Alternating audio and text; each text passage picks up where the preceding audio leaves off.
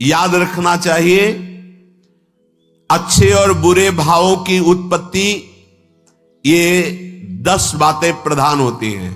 आपके अंदर अच्छे भाव आ रहे या बुरे भाव आ रहे हैं तो उनमें ये 10 बातें प्रधान हैं। पहला, स्थान। आप कहां बैठे हैं, कहां रह रहे हैं, किस जगह खड़े हैं, आपको स्थान देख करके ही बर्ताव में उतरना है। जैसे मदिरालय है, आप वहां खड़े होंगे तो तमोगुण अपने आप बढ़ने लगेगा, आसुरी प्रवृत्ति बढ़ने लगेगी। ऐसे ऐसे जिस स्थान पर खड़े होने से, देखने से, बात करने से हमारी वृत्ति बिगड़ रही, उस स्थान का तत्काल त्याग कर देना चाहिए, वहां से हट जाना चाहिए। पहला है स्थान। जैसे सत्संग, यमुना जी का एकांतिक पावन तट, किसी लता के नीचे, किसी संत भगवान के सानिध्य में, अब हमारा ये स्थान भजन वृत्ति बढ़ाएगा। उस व्यक्ति का घर जिसके पास जाने से वासनाएं बढ़ रही, उस स्थान में जहां दृश्य देखने से हमारे अंदर गंदी बातें आ रही, पहला है स्थान। दूसरा है अन्न। बहुत बड़ा प्रभाव अन्न का होता है। अगर अधर्म के द्वारा कमाया हुआ अन्न है तो बुद्धि अधर्म में ही लगेगी। यदि भोजन पकाते समय, रसोई रांधते समय आप विकारात्मक चिंतन कर रहे हैं तो कोई भी प्रसाद पाए उसके अंदर विकार जागृत हो जाएगा।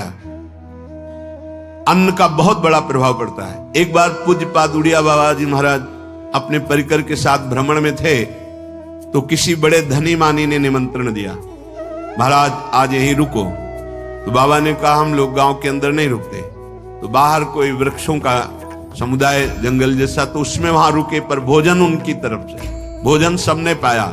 जब सुबह हुआ तो महात्मा जन, साधक जन एक दूसरे की तरफ देखे और बोले आज तो हमको बड़ा दोष हुआ, गंदा स्वप्न आया और हमारा संयम बिगड़ गया। बोले ये तो हमको भी हुआ, जितने थे सबको हुआ। उड़िया बाबा के समीप गए, बाबा ने कहा अच्छा ऐसा हुआ, ये तो अन्न दोष है, बुलाओ अन्न पवाने वाले को, फिर चलेंगे। बुलाया और बाबा ने कहा बिल्कुल सत्य बोलना, नहीं तो आप जानते हो इतने महात्माओं के संयम को आपने भ्रष्ट कर दिया, सत्य बोलना क्या बात थी। उनका महाराज संतान नहीं हो रही थी, सुना था आप बहुत सिद्ध महापुरुष हैं तो आपके परिकर को इसीलिए पवाया, अंदर काम भाव था कि हमारे कामना थी कि संतान उत्पन्न हो, वैसे चिंतन करते हुए बनाया। ऐसे बोले सबका संयम नष्ट कर दिया। होश में नरक जाने वाली बात मत सोचो, अरे संतों को पवाओ जैसे अपने पुत्र को पवाते हैं, ऐसी भावना करनी चाहिए। आज हो भाग्य तो परिणाम खुद मंगल में निकलेगा। काम भाव से युक्त होकर क्यों बनाया, सब संतों के अंदर विकार पैदा कर दिया। अन्न का प्रभाव पड़ता है, हम जैसा अन्न पाते हैं वैसा। कई बार सुनाया है, सिद्ध महापुरुष पूज्य प्रातः स्मरण श्री बलराम दास जी महाराज झाड़ू मंडल के, यमुना के पावन तट पर ही है, रास मंडल के पास ही, वो अपने एक लता के नीचे बैठे हुए भगवत चिंतन कर रहे थे। अचानक यमुना जिस नजदीक है तो कोई माई स्नान किए हुए निकली तो नेत्रों ने देखा और विकार उत्पन्न हो गया। वयोवृद्ध सिद्ध महापुरुष, उन्होंने कहा आप तो इस शरीर को नष्ट कर दूंगा। शिष्यों ने कहा महाराज ऐसा क्यों? बोले किसी माता के शरीर को देखकर हमारे अंदर विकार क्यों आ गया? ऐसा नहीं, आज तक कभी नहीं हुआ, ऐसा क्यों हुआ? उनका महाराज आपस में सब शिष्यों ने कि कुछ न कुछ तो खान पान में गड़बड़ी हो गई तभी ऐसा हुआ। बाबा आज परिक्रमा करते हैं वृंदावन की, बाद में आप जो आदेश करेंगे जैसा करेंगे, पहले परिक्रमा। वृंदावन की परिक्रमा का बहुत बड़ा प्रभाव, जब कभी मन आपका ऐसा विक्षिप्त हो, परेशान हो, तत्काल परिक्रमा प्रारंभ कर देना, नाम जप करते हुए। आप देखना परिक्रमा पूरी होते होते शांति हो जाएगी। बाबा ने खूब नाम कीर्तन करते हुए शिष्यों के साथ परिक्रमा दी, मन का विकार शांत हो गया। उनका ऐसा कैसे हो सकता है कि हमारे अंदर विकार आ गया? ये बड़ी सूक्ष्मता का विषय है। कल प्रसाद कहां से आया था? उस समय लाड़िले गोविंद देव जी महाराज यहीं विराजमान थे वृंदावन में। बोले तो ठाकुर गोविंद देव जी का प्रसाद आया था। लकुट उठाई, है वो तो भगवत स्वरूप। तस्मित तज्जने भेदा भावात, भगवान और भगवान के ऐसे जनों में भेद नहीं होता, वो भगवत स्वरूप होते हैं। गए और कहा बताओ आपका प्रसाद न पावे तो अपराध लगे कि प्रसाद नहीं पाया, और प्रसाद पावे तो हमारे अंदर काम जागृत हो जाए, हम तो मरे ना दोनों तरफ से। तो ठाकुर जी बात कर रहे थे, दूसरों को नहीं सुनाई दे रहा था। कह रहे थे कि देखो नाराज मत हो, कलकत्ता की वैश्या थी, उसने भोग लगाया, अब उसने भोग लगाया तो हमने चख पाया। तो आपको प्रसाद का किनका लेना चाहिए? किसने कहा था कि पूरा प्रसाद पाइए? जरा किनका ले लेते हो, मधुकरी पाते। हाँ ये बात आपकी मान। तो हमारा तो पूरा विश्व है, कोई भी भोग लगाएगा हम तो पाएंगे। हमारे प्रसाद की निष्ठा आप सबके हृदय में, तो किनका लीजिए, पूरा मत पाइए। सोचिए, भगवद अर्पित प्रसाद और वृत्ति भगवान ने आदेश किया किनका पाओ, माधुकरी मांग के खाओ। यहां वर्णन कर रहे, यदि हम अन्न थोड़ा भी हमारे अंदर दूषित चला गया, तो जब कभी ऐसी विकार की भावना हो, आपके अंदर विकार बन रहा है, तो खोजिए। आपने कोई दृश्य देखा है, आपने किसी से बात की है, आपने कोई ऐसा संकल्प बनाया नहीं, तो फिर भोजन दोष आ गया। अब आज उपवास कर दो, जब तक वो वृत्ति न नष्ट हो तब तक कुछ मत पाना, जल से काम चलाना। तो एक दिन एक पहर अपने आप शांत हो जाएगा। अगर बहुत विकलता हो रही तो नाम कीर्तन शुरू कर दो, भोजन मत पाना, नाम कीर्तन शुरू, बिल्कुल शांति मिल जाएगी, बिल्कुल। और ये तो उदाहरण महापुरुष इसलिए देते कि हम सावधान रहें। हमारे अच्छे भाव या बुरे भाव में ये 10 बातें बहुत प्रभाव डालती हैं। पहला स्थान, दूसरा अन्न, और तीसरा जल। पानी भी बहुत संभाल के। नहीं, आजकल तो देखो प्रायः ऐसे दांत से प्लास्टिक नोचेंगे, ऐसे पानी पिएंगे, कब भरी गई, कहां भरी गई, कैसा पानी। बड़ा देखो कैसा हमारे भजन साधन के लिए विक्षेप पैदा होता चला जा रहा है। पहले सुंदर सरोवरों का जल, मतलब 15 वर्ष तो गंगा जल ही केवल पिया है, जो आकाशवृत्ति से मिला नहीं, गंगा जल ही पिया है। कुआं का जल, फिर आया हैंडपैप का जल, अपवित्र होने लगा। हैंडपैप में जो वाशर, अगर वो कहीं चमड़े का पड़ा हुआ है तो अपवित्र जल हो गया। अब हैंडपैप का भी अंतर ध्यान स्वरूप हो गया, अब तो नहीं दिखाई देता। अब रह गया है मोटर से निकले और फिल्टर में जाए, वो मशीन जो फिल्टर करती पानी को, आरओ, उससे। अब वो जिनके पास है तो है, नहीं तो परिक्रमा लगाया हो, आपको पानी पीने को नहीं मिलेगा। देखो कैसा समय आ गया। भोजन, पहले कोई दगाबाजी भोजन में तो नहीं करता था। गांव में जब जिसके यहां दूध बेचा जाता था ना, उसको बहुत लघु दृष्टि से देखा है, गाय माए एक बराबर होती है, ये दूध बेचता है। 10-5 किलो मठा तो आप ऐसे मांग के ले सकते थे, अगर अड़ोस पड़ोस में वो मठा मिल जाएगा। जब कोई उत्सव होता, फ्री दूध 100-200 500 किलो पूरे गांव के सब दे देते, कोई ऐसे बेचता था। अब दूध नहीं, जब बूढ़े लोग बैठते थे कहते थे पानी बिकेगा आगे चल के। आज पानी बिक रहा है, नहीं बिक रहा, पानी बिक रहा है। हमें लगता है सबको ही पैसे से ही पानी है, वो बोतलें नीली नीली नहीं, इतनी बड़ी बड़ी बिकती, उन्हीं से पानी पिया जा रहा है। आगे और समय जल का प्रभाव पड़ता है। जैसे हम गंगा जल पीते थे, सही कहते, कई दिन जब भोजन नहीं मिलता तो पूरी पौष्टिकता गंगा जल से मिलती थी। गंगा माता के जल से ऐसा लगता था मानो हम परम पावन अमृत पान कर रहे हैं, सारी पौष्टिकता मिलती थी। कुएं का जल अपने आप में पौष्टिकता से युक्त होता, जो हमें चाहिए। आज देखो जल की समस्या हो गई, पवित्र जल पीने के लिए हम तरस रहे। कहां है जल और कैसे मिलेगा जल? या तो आप पैसे वाले हो तो आप खरीद करके पीजिए, नहीं तो अब वो जल नहीं रह गया कि कुएं से निकाला पी लिया या सरोवर से पी लिया, या कैसा दुर्भाग्य है। जल का बहुत बड़ा योग है साधना में। जैसे स्थान का तो परम पावन वृंदावन धाम, अन्न का तो अब हम भगवत प्रसाद पाते हैं, तो जल का बहुत बड़ा योग है। आज दूषित होता चला जा रहा है, क्योंकि अब हाथ की बात नहीं रह गई है कि आप सुंदर कुआं से जल लें या सरोवर से जल लें या आप नदी से जल लें। हाँ, स्वामी जी के लिए लिखा हुआ है कि रोज यमुना स्नान और रोज यमुना जल ही पान।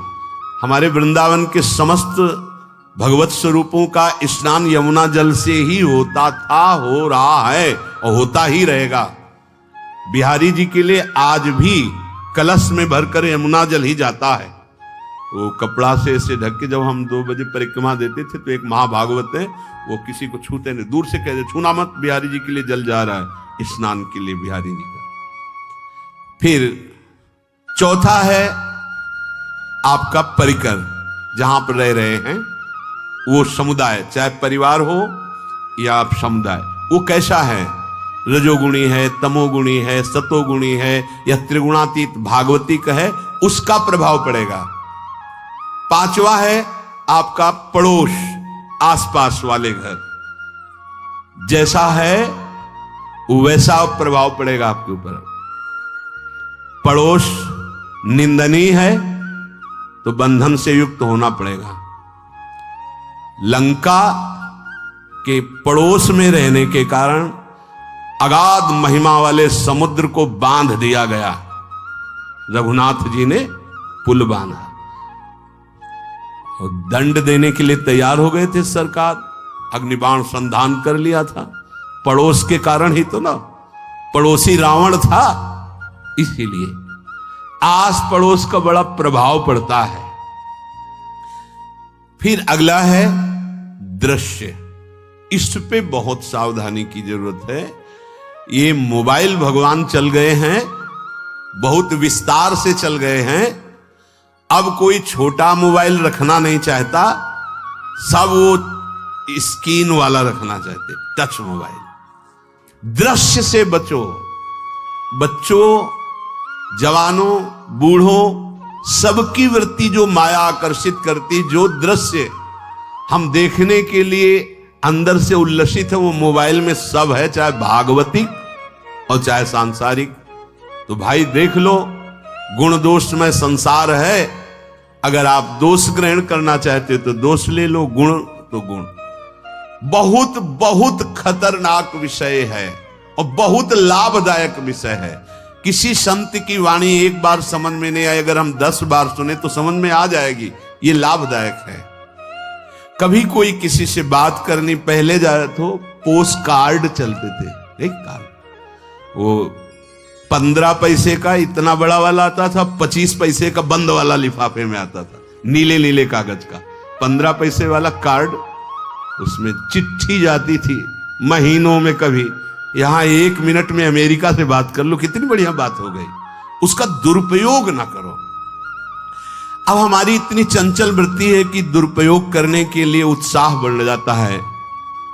बोले अब सब काम हो गया है, अब एकांत सेवन कर रहे हैं, अंदर से सिटकिनी बंद और मोबाइल भगवान का संग शुरू। 2-4 मिनट सत्संग और अच्छे दृश्य देखे, फिर बगले में वहां सब होता है कि आप बस उसको ऑन कीजिए, फिर जो मनोरंजन शुरू होता है, फिर उपासक मिटिया मेट हो जाता है। ये बहुत सावधानी की बात कह रहे हैं। वैसे हमें लगता है यदि आपको इस बड़े कार्य वाले ना हो तो छोटा मोबाइल रखे तो अच्छा रहता है। तो इसलिए ये एक ऐसा कलयुग भगवान ने रचा है कि बचा पाना बड़ा मुश्किल। इससे वृत्ति को बचाओ, जो बचा ले गया वो आगे साधना कर सकता है। बहुत सावधान बच्चों। हमें लगता है यदि आपका मन चंचल हो, आपके शासन में ना हो, तो स्क्रीन वाला मोबाइल अपने माता पिता को दे देना चाहिए। और हम कहते रखो, छोटा वाला रखो, कभी कोई आपत्ति विपत्ति या सूचना देनी हो, बढ़िया काम करता है। जरूरी नहीं है इतना बड़ा लेके चलना। हाँ, अगर आपको बहुत राजकीय विभाग के कार्य हैं तो बात अलग है कि कौन सी सामान कहाँ कैसे, तो वहां से वीडियो भेज रहा है, वो चेक कर रहा है, यस हाँ ठीक है अब चलाओ। अपने को क्या काम है? सत्संग अगर सुनना है तो सत्संग सुनने के अलग यंत्र आते हैं, चला दो उसमें, वो इतनी बड़ी लगती है, उसमें चिप, पेन ड्राइव ऐसे लगा दो और सत्संग सुनो। जरूरी वो दृश्य वाला रखो। यहां कह रहे दृश्य, अगर गलत दृश्य देखा तो बावरे बन जाओगे और अच्छा दृश्य देखा तो भगवान के मार्ग के पथिक बनोगे। तो देखो, अच्छे दृश्य में भी दोष दर्शन की वृत्ति की गुंजाइश है। जैसे कोई लीला हो रही है, लीला के पात्र, जैसे हमारे ब्रजमंडल में रास लीला होती थी, ऐसे 12 वर्ष 13 वर्ष के लीला पात्र, सब नव किशोर, जहां भाव ही बने रोते रहो।